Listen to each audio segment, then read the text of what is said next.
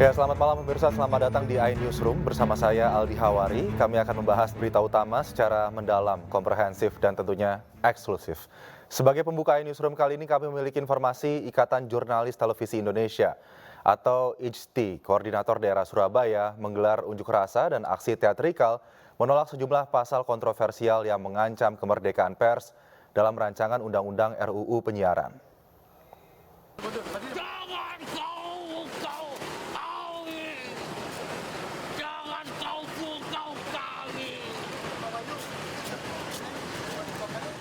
Ikatan Jurnalis Televisi Indonesia atau IJTI Koordinator Daerah Surabaya menggelar aksi unjuk rasa menyikapi sejumlah pasal kontroversial dalam rancangan undang-undang atau RUU Penyiaran yang dinilai mengancam kemerdekaan pers.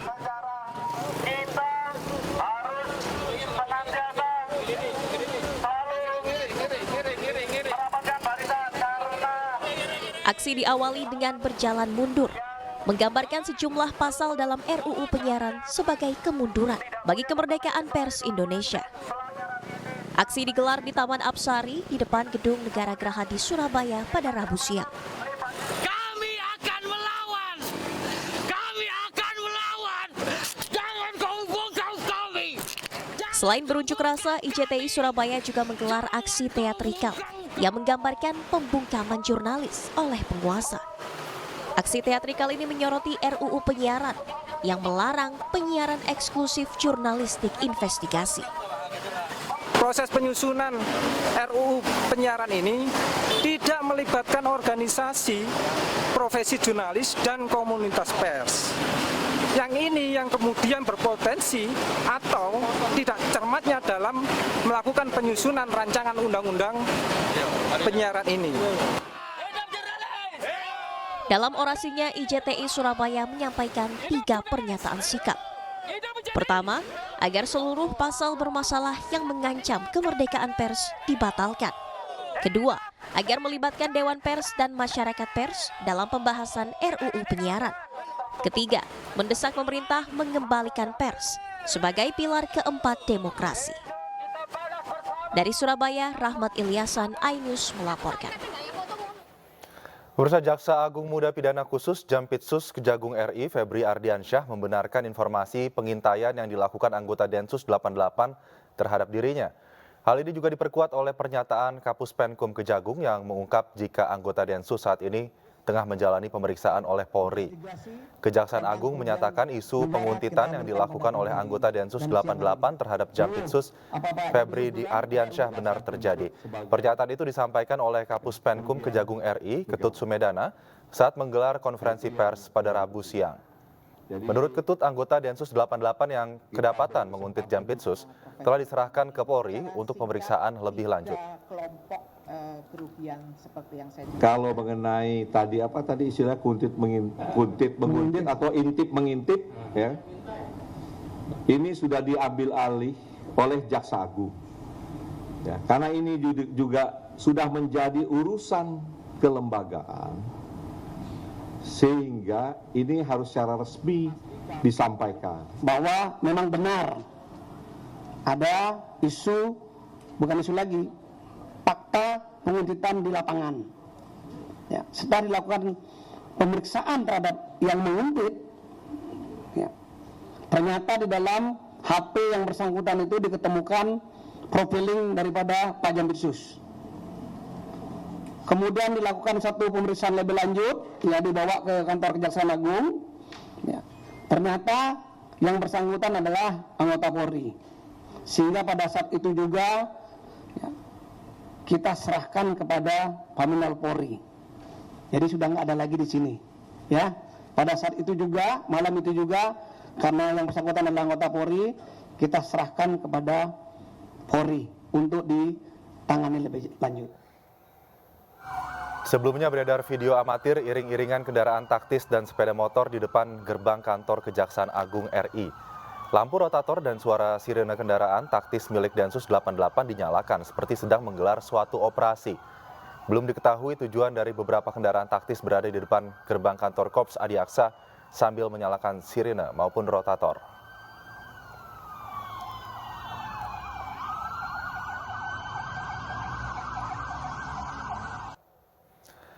Pemirsa, pemerintah mewajibkan pekerja, baik PNS, pegawai swasta maupun pekerja mandiri atau freelancer untuk ikut program Simpanan Tabungan Perumahan Rakyat atau TAPERA. Berdasarkan aturan ini, gaji para pekerja akan dipotong sebesar 3% setiap bulannya.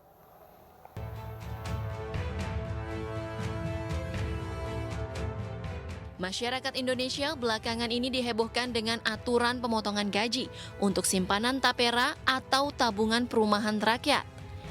Potongan simpanan TAPERA tercantum dalam peraturan pemerintah atau PP nomor 21 tahun 2024 tentang perubahan atas PP nomor 25 tahun 2020 tentang penyelenggaraan TAPERA.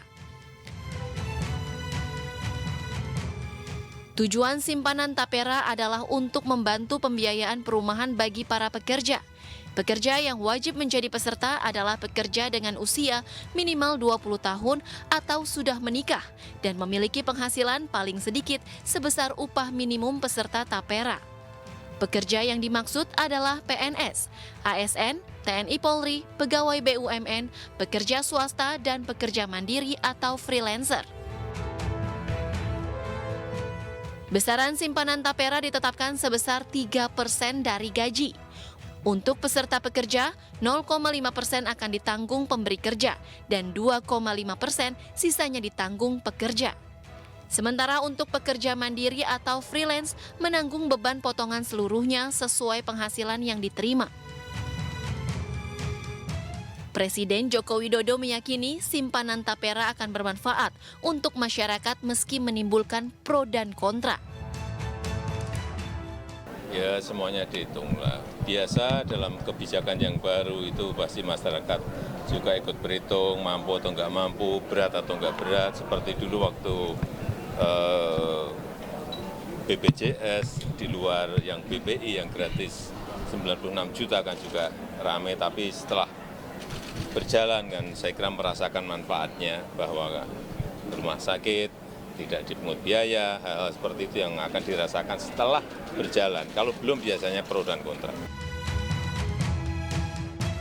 Sementara itu, Menteri Pekerjaan Umum dan Perumahan Rakyat Basuki Hadi Mulyono menjamin bahwa simpanan TAPERA akan menjadi tabungan bagi masyarakat.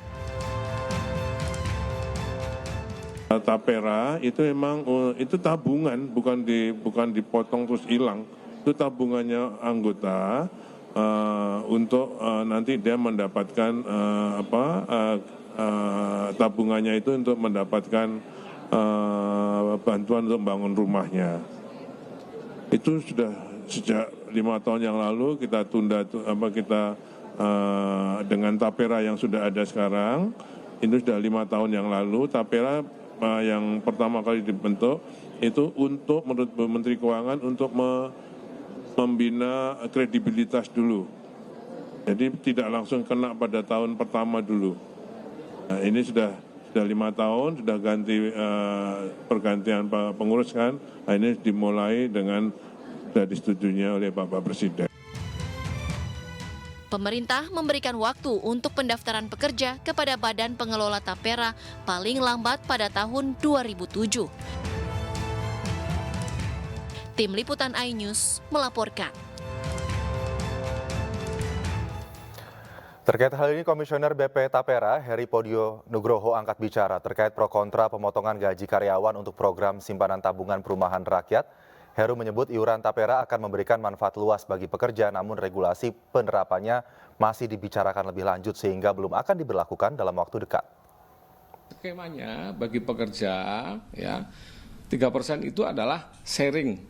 Ya, pemberi kerja menyediakan pembiayaan 0 atau iuran 0,5%, 2,5%-nya itu dipungut dari tabungan peserta, dari pekerjanya itu sendiri. Dan dalam hal ini pemberi kerja, ya perusahaan atau entitas apapun ya yang memberi kerja itu berkewajiban untuk memungut yang 2,5% maupun yang 0,5% tadi untuk nanti disetorkan ke rekening dana TAPERA. Ya. Diberlakukan ya Pak? Belum dalam waktu dekat tentunya. Tentunya nanti kan ada mulai mekanisme koordinasi ya dengan instansi terkait. Ya mungkin kalau yang terkait dengan segmen pekerja swasta dan sebagainya ya harus ada public hearing yang mendengarkan suara-suara dari pengusaha atau asosiasi pengusaha, dari serikat buruh dan sebagainya. Tentunya kita akan menjadi bagian dari PR ke depan gitu ya, dalam rangka untuk. Jadi tidak dalam waktu dekat, saya kira ini yang harus dipahami juga oleh masyarakat. Masih memerlukan perangkat regulasi teknis lebih lanjut. Pengelolaannya kan amanahnya ada di BP Tapra ya, sebagai Badan Pengelola Tabungan Perumahan Rakyat ya. Kita badan hukum publik yang dibentuk untuk mengelola tabungan atau simpanan perumahan rakyat tadi, gitu ya. Dan dalam melakukan pengelolaannya ya, tadi peserta yang sebagai peserta ya, ini akan mendapatkan akun kepesertaan, akun individual kepesertaan, di mana masing-masing peserta dapat memantau berapa nilai simpanan yang sudah dia.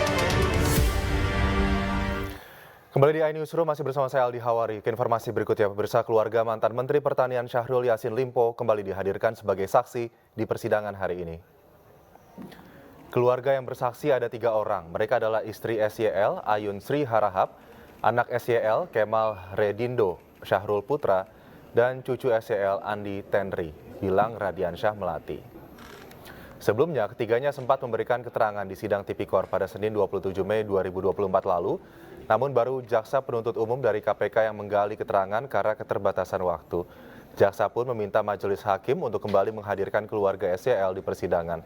Di salah satu kesaksiannya, cucu SYL, Andi Tenri, Gilang Radiansyah atau Bibi, membenarkan menerima uang 10 juta rupiah setiap bulan sejak 2021 saat menjadi karyawan magang dengan SK di Kementerian Pertanian. Kami juga akan memeriksa, apakah setelah uang-uang itu ditukar, saksi masukkan ke rekening saksi lagi? Saya tidak ingat, Pak. Coba ditutup. Tidak ingat? Ini Iya, rekening Pak. saksi sudah disita ya? Iya, Pak. Ya kan? Di sini nanti. Di sini banyak uang masuk, ada 100 juta, 50, 300. Saksi tahu enggak sumber uang yang masuk itu? ya, intinya itu sebenarnya. Kalau saksi kan saya tanya, tadi bilang saya lupa. Ini kan ada bukti jejak transaksi keuangannya. Tadi aja dia. Benar ada masuk di rekening saudara sejumlah uang sebanyak yang Pak Jaksa tanyakan tadi? Kalau saya tukar itu, Pak, itu uang ibu saya. Oh, dari ibu saksi, Bu Tita. Iya, Pak. Baik yang dolar maupun yang rupiah. Iya, Pak. Apa penjelasan Bu Tita uangnya dari mana? Tahu enggak saudara? Tahu tidak saudara? Saya tidak tahu, Pak. Tapi kan ibu saya bekerja jadi komisaris. Ya. Dan sebelumnya anggota dewan juga. Iya. Dijelaskan tidak maksud saya pada saat itu uangnya atau hanya dikasih langsung saksi masukkan saja begitu? Tidak dijelaskan, Pak. Di sini termasuk ada yang 10 juta banyak ini. Kalau yang 10 juta ini saksi bisa menjelaskan tidak apakah itu yang uang 10 juta dari Bu Rini kemarin dari Biro Hukum itu atau uang yang berbeda lagi? Di sini ada hampir setiap bulan 10 juta. 2022 ya saksi nyebut kemarin ya? Sejak 2022 atau 2021? Jadi magang versi saksi ya. Kalau saksi lain menyebut tenaga ahli.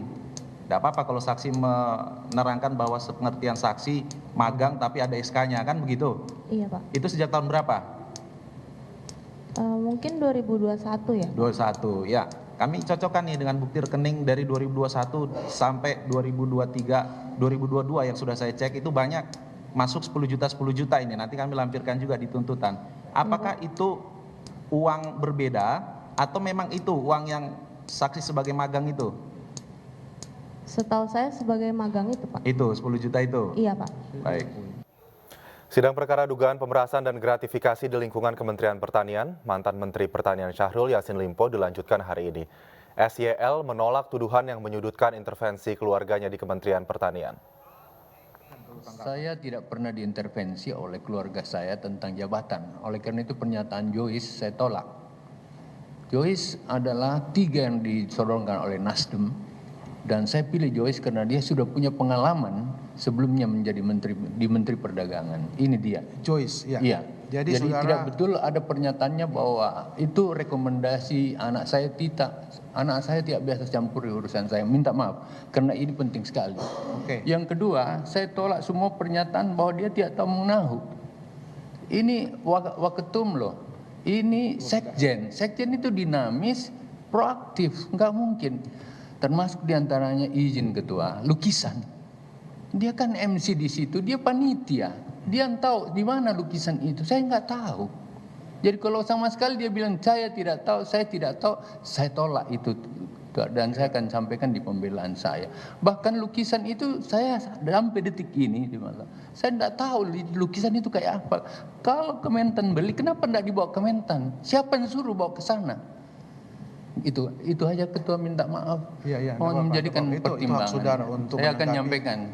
Saksi yang lain ada yang tanggapan? Saksi yang lain cukup? Cukup ya. Baik ya, supaya satu-satu dulu. Saudara Joyce ya.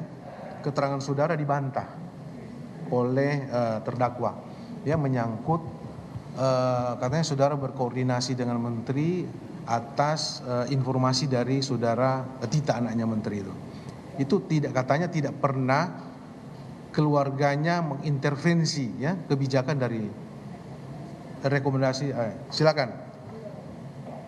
Apakah saudara bertetap pada keterangan seperti itu atau ya, izin yang mulia, kalau pada kenyataannya memang seperti itu, saya harus bicara seperti itu, bahwa memang Ibu Tita mengkontak saya pada satu hari ya, dan sudah jelaskan itu. Ya.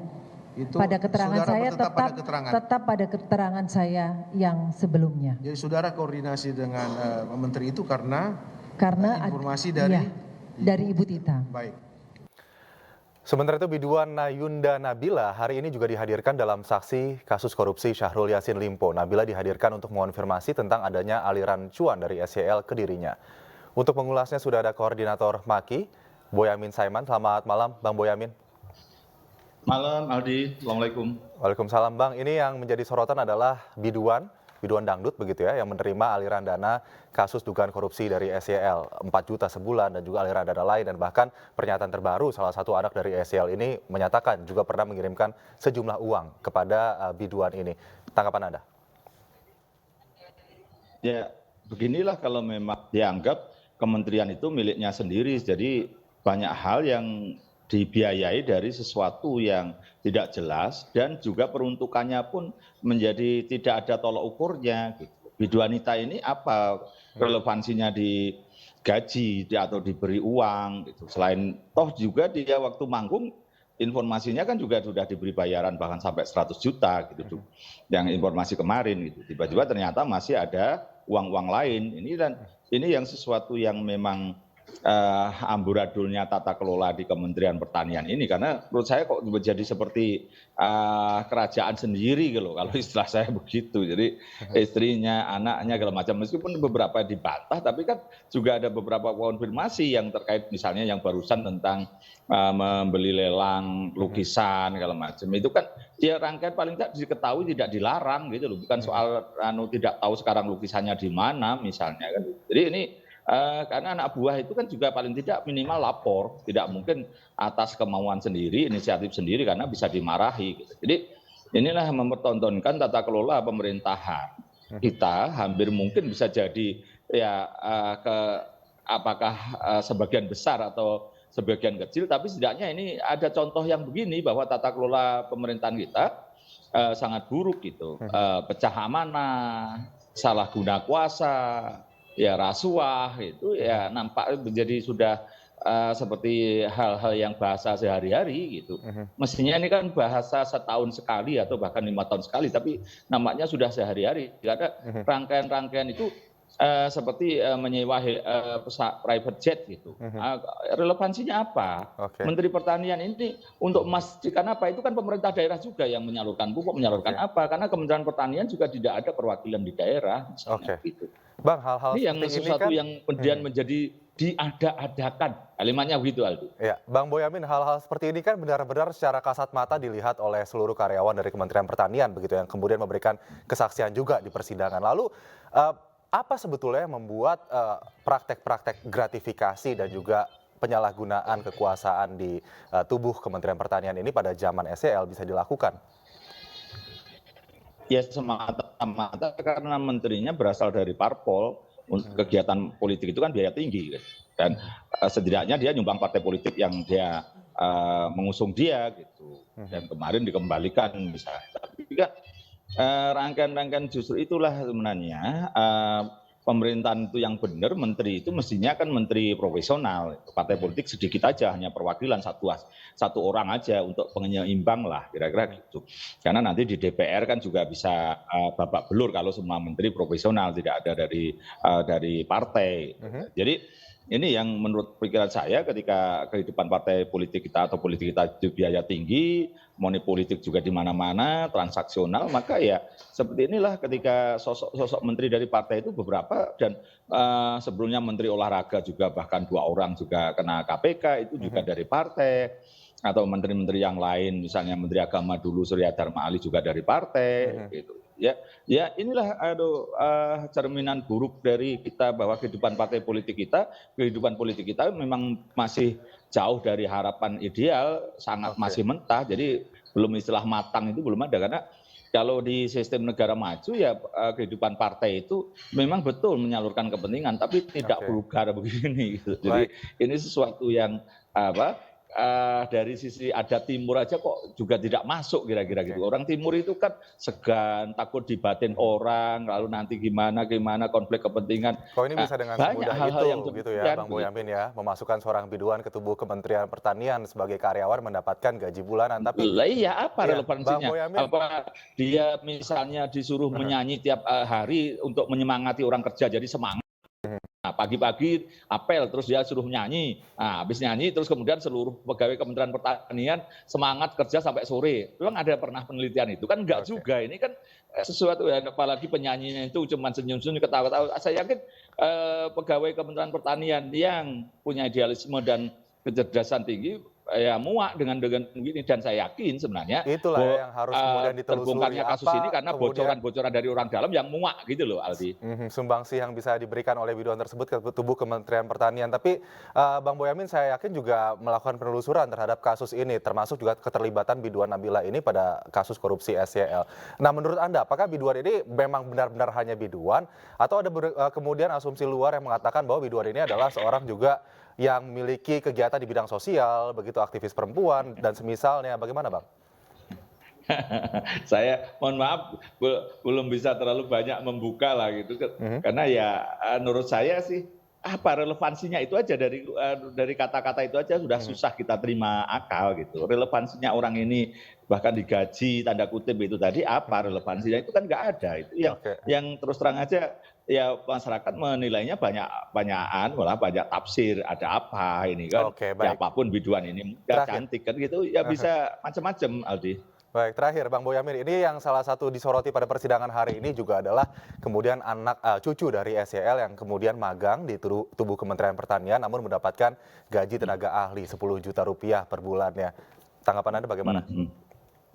Nah ya, kan sudah pernah juga waktu debat kita diinterupsi sama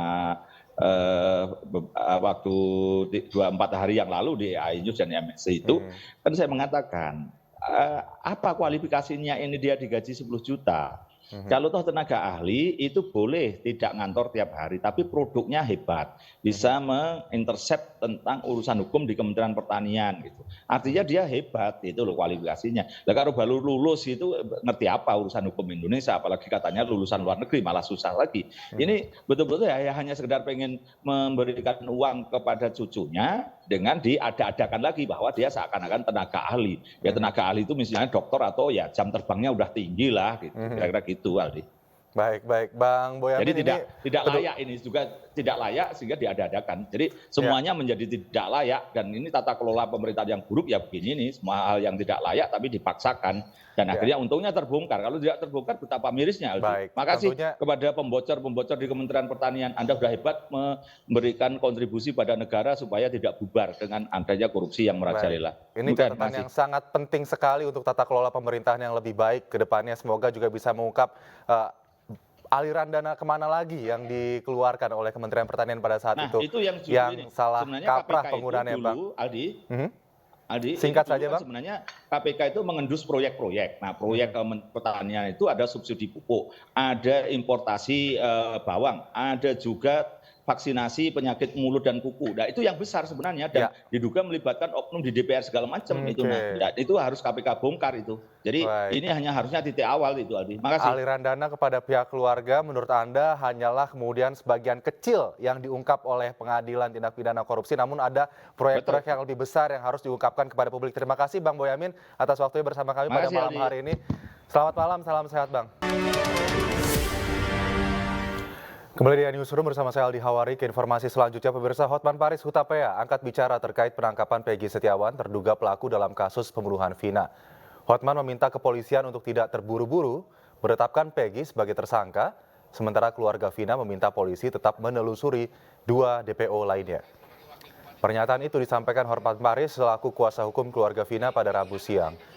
Menurut Hotman, dari 6 terpidana yang telah menjalani BAP ulang, 5 diantaranya mengaku Peggy bukanlah pelaku pembunuhan Vina, sementara 1 terpidana lain menyatakan Peggy sebagai pelaku. Atas dasar pengakuan para terpidana, Hotman meminta Polda Jawa Barat untuk tidak gegabah dalam penetapan Peggy sebagai tersangka.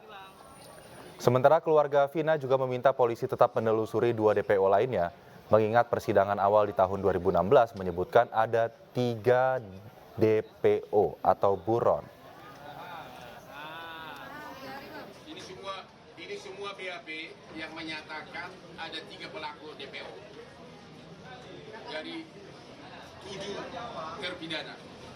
Ini putusan pengadilan yang menyatakan ada 3 pelaku DPO. Apa turunin? Tuntutan jaksa. Pemirsa, aparat kepolisian dari Polda Jawa Barat malam ini mengecek lokasi pembunuhan Vina dan Eki di Cirebon, Jawa Barat. Dan untuk mengetahui situasi terkini sudah ada rekan To Iskandar yang saat ini berada di lokasi kejadian, yakni di depan SMPN 11 Cirebon. Selamat malam To Iskandar, apakah tim dari Polda Jawa Barat ini sudah datang ke lokasi untuk melakukan rekonstruksi ulang pembunuhan Vina di sana?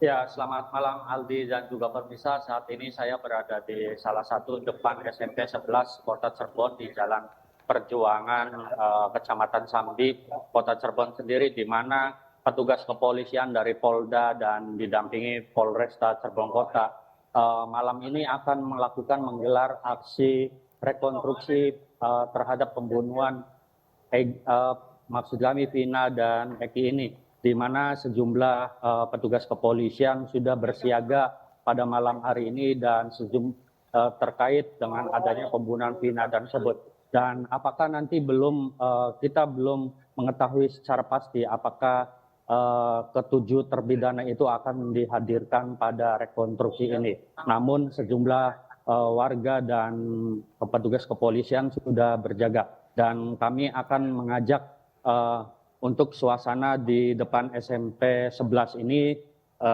terkait di lokasi ini nantinya petugas kepolisian dari Polda Jawa Barat dan petugas Polres Cirebon Kota sendiri akan melakukan rekonstruksi di mana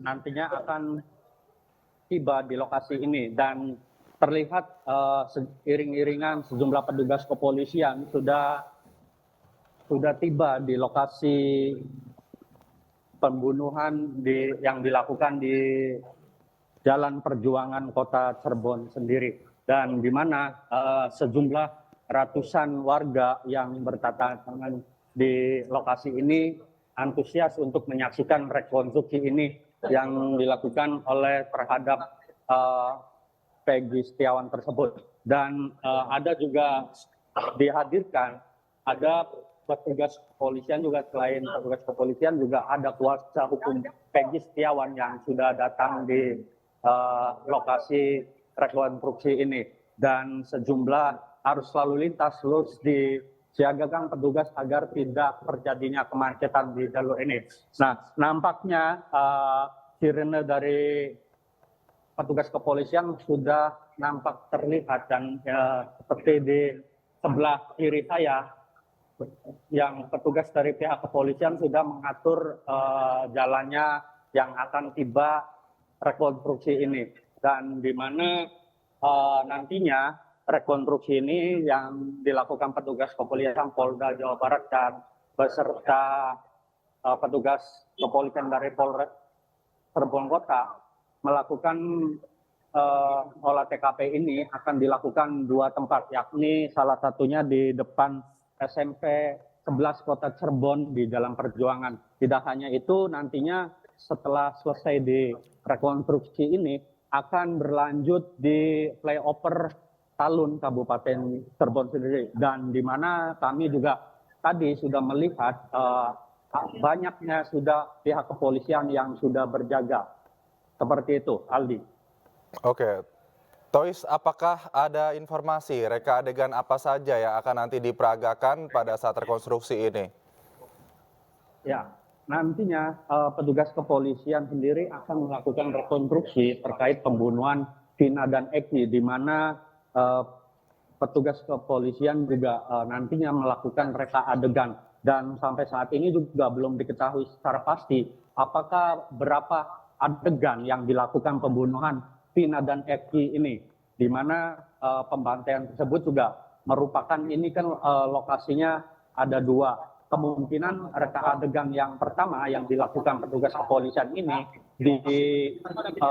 dilakukan di depan SMP 11 Kota Cirebon sendiri, dan nantinya akan dilanjut rekonstruksi yang dilakukan petugas kepolisian di flyover Talun Kabupaten Cirebon sendiri. Seperti itu, Aldi. Baik, Toh Iskandar, untuk sementara terima kasih atas informasi Anda dari Cirebon, Jawa Barat. Kita sama-sama menantikan nanti bagaimana hasil dari rekonstruksi kasus yang sudah 8 tahun berlalu ini. Terima kasih, Tois, atas laporan Anda. Selamat malam, selamat bertugas kembali. Pemirsa, Asosiasi Lawyer Muslim Indonesia melaporkan produser film Vina Sebelum 7 Hari ke Bareskrim Mabes Polri. Pelaporan itu karena film tersebut menimbulkan kegaduhan terkait penanganan proses pidana yang dilakukan polisi.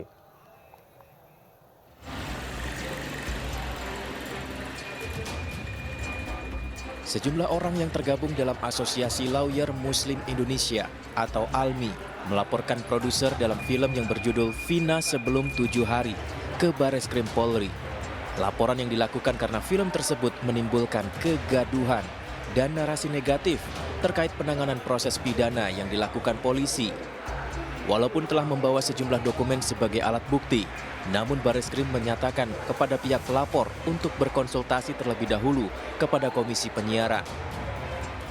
Ketua Umum Asosiasi Lawyer Muslim Indonesia Zainul mengatakan, nantinya dari hasil konsultasi bersama Komisi Penyiaran, ALMI akan kembali mengajukan pelaporan berdasarkan pengaduan masyarakat.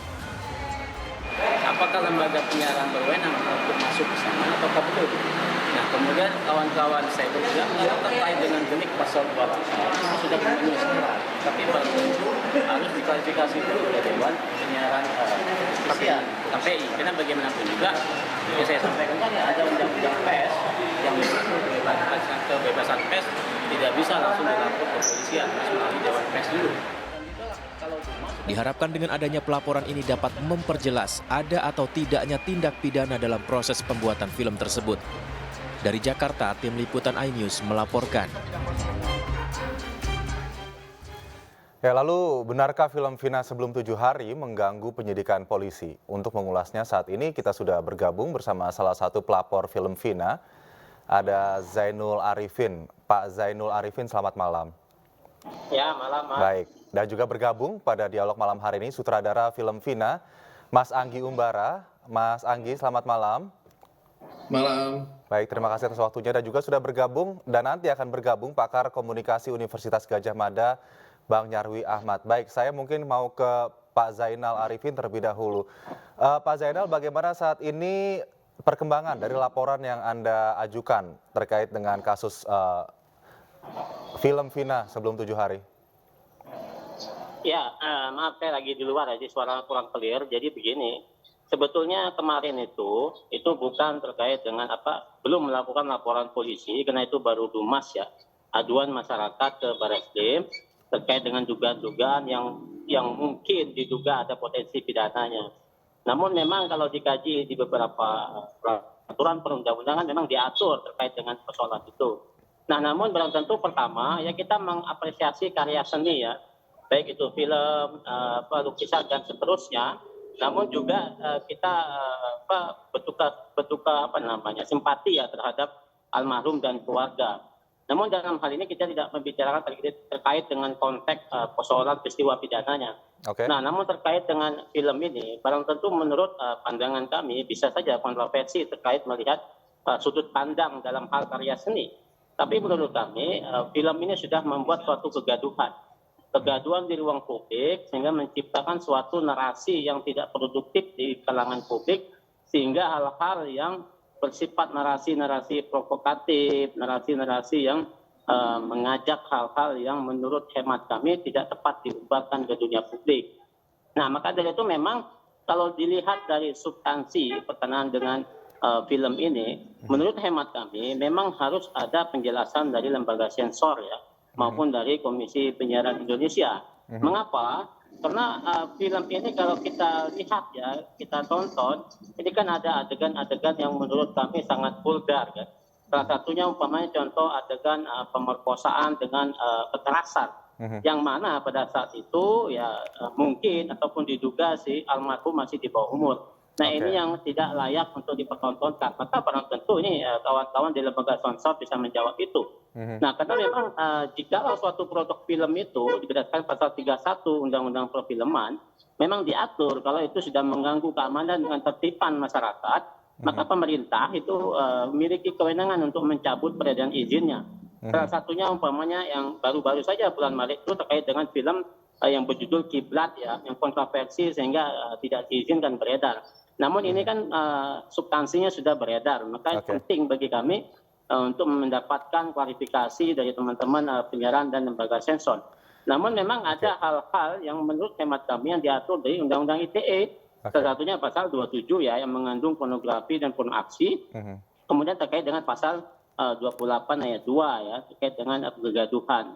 Ya, maka barang tentu nanti itu substansi yang lain ya, peristiwa pidana kita tidak proses itu masih berlanjut. Tentu nanti kita memang perlu klarifikasi dari dua lembaga pemerintah itu, Mas. Gitu. Bang Zainul, jadi ada beberapa poin mengganggu penyidikan, membuat kegaduhan, kemudian terkait dengan substansi dari film dan meminta keterangan dari lembaga sensor film. Dan nampaknya ini sudah lolos sensor ya, karena sudah masuk di layar lebar. Saya langsung saja kalau begitu tanpa panjang lebar ke Mas Anggi Umara. Mas Anggi, silakan dijawab mungkin laporan dari Bang Zainul barusan. Ya, saya sih nggak melihat ini sebagai sebuah kegaduhan ya. Kalau Mas Zainal melihat ini sebuah kegaduhan, berarti mungkin kurang menghargai kebebasan berpendapat netizen ya. Karena di sini saya cuma melihat netizen berpendapat dan bereaksi terhadap apa yang terjadi dengan kasus ini gitu ya. Jadi itu hak mereka untuk berpendapat, jangan dirampas hak itu. Dan ini hak kita juga untuk berkarya, untuk membuat film, untuk berkesenian, dan ini hak kita untuk berekspresi juga jangan dirampas gitu kan. Maksudnya kita semua punya hak masing-masing dan perbedaan itu ada dan nggak apa-apa gitu kan, we agree to disagree aja gitu kan. Dan kalau dilihat film ini buat kegaduhan sebenarnya sama sekali nggak, justru banyak membawa manfaat dan kebaikan gitu kan.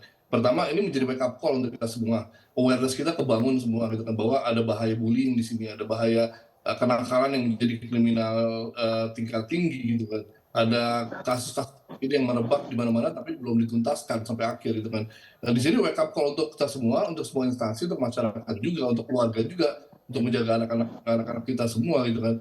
Terus, kalau saya melihat hanya kebaikan yang dibawa dari film ini gitu kan. Jadi untuk keluarga korban juga mereka mendapatkan harapan untuk mendapatkan hak-hak keadilannya gitu kan, mendapatkan kompensasi secara finansial juga, industri perfilman semakin berputar gitu kan, nggak ada yang dirugikan, nggak ada yang sisi negatif yang keluar dari.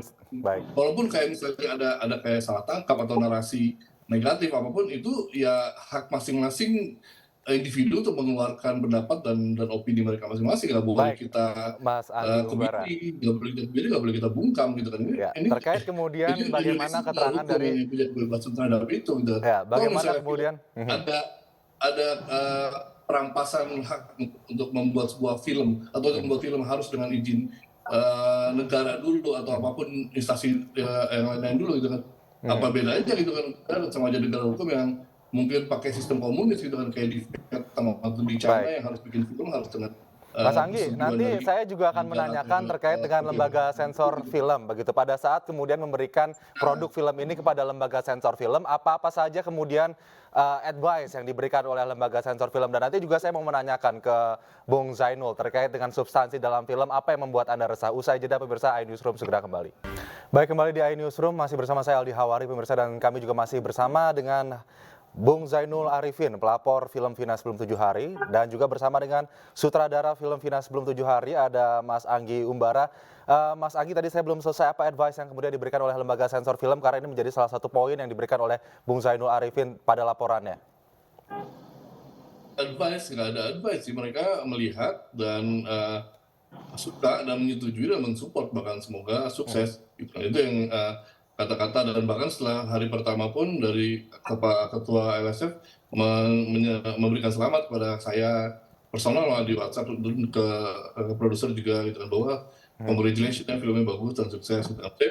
Nggak ada masalah dari LSF. Dan kalau dibandingkan dengan film-film lainnya yang 17 tahun itu banyak yang lebih parah, misalnya yang sampai kepala meledak lah, kepala dipotong lah, macam-macam, sampai seksual behavior yang lebih jauh lebih dari ini tuh ada gitu. Jadi sebenarnya dibilang vulgar sama sekali enggak sih kalau menurut kami.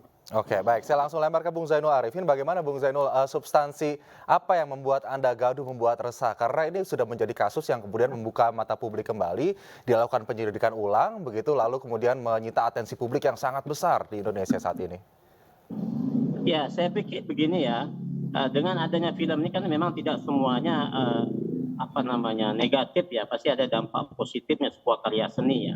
Namun dengan munculnya film ini kan menimbulkan atau menciptakan suatu kontroversi di masyarakat, kemudian membuat aparat penegak hukum bergerak ya. Memang ada istilah no viral no justice. Namun tidak semua hal yang viral itu dipaksakan untuk melakukan penegakan hukum. Karena bagaimanapun juga, barang tentu dengan hadirnya film ini dapat mengungkapkan fakta, tapi dampak dari film ini pihak kepolisian dipandang terkesan memaksakan dengan melakukan penegakan hukum sehingga berasumsi masyarakat ada salah tangkap dan seterusnya. Maka kan ini film yang belum selesai proses hukumnya. Maka kami berpikir belum pantas untuk dinaikkan sebagai film. Beda halnya umpamanya maaf kayak yang Racun Cinderella yang lalu dijadikan film karena itu putusannya sudah Apa inkrah. goals Anda dalam laporan ini, Bung Zainul Arifin? Ya. Goals Anda apa dalam laporan ini ke pihak Barreskrim Polri? Barang tentu nanti harus diklarifikasi ya bagi yang memproduksi film ini, dan kami juga nanti besok insya Allah ya pergi ke lembaga KPI dan lembaga sensor untuk minta penjelasan apakah film ini terbit sudah sesuai dengan peraturan perundang-undangan. Nah, barang tentu nanti dari sana akan ada proses-proses selanjutnya, tapi paling tidak pihak produksi film ya mengklarifikasi dan meminta maaf ke publik atas kegaduhan ini supaya betul-betul penegakan hukum sesuai dengan jalurnya, bukan karena ada intervensi pihak lain. Oke, sedikit saja tapi Anda setuju ya ada dampak positif bagi penegakan hukum dari film ini, tadi Anda sempat menyebutkan. Bung Zainul? Baik. Oke, saya kalau begitu akan menyapa salah satu narsum kita juga akan bergabung malam ini, ada Bang Nyarwi Ahmad. Bang Nyarwi, pakar hukum, pakar komunikasi kami Universitas Gadjah Mada. Bang Nyarwi sudah bergabung. Selamat malam Bang Nyarwi. Malam, Aldi. Oke, saat ini kami sudah bersama dengan pelapor film Vina Sebelum 7 Hari dan juga ada sutradara Vina. Begitu Anda melihat kontroversi film Vina Sebelum 7 Hari ini di kacamata Anda sebagai pakar komunikasi publik, begitu khususnya pelaporan sutradara, pelaporan film ini ke Barreskrim Polri maksud saya. Yang pertama begini, Bung Aldi ya, saya lihat kan cara memandang atau menempatkan film itu kan dimensinya banyak ya. Tadi sebenarnya udah disinggung ya, sama Bung Zainul, sama Mas Anggi juga gitu ya. Film itu bisa juga dianggap karya seni, itu satu. Film juga bisa dianggap media pembelajaran ya. Film juga dianggap sebagai media komunikasi massa. Baik, Bang Nyarwi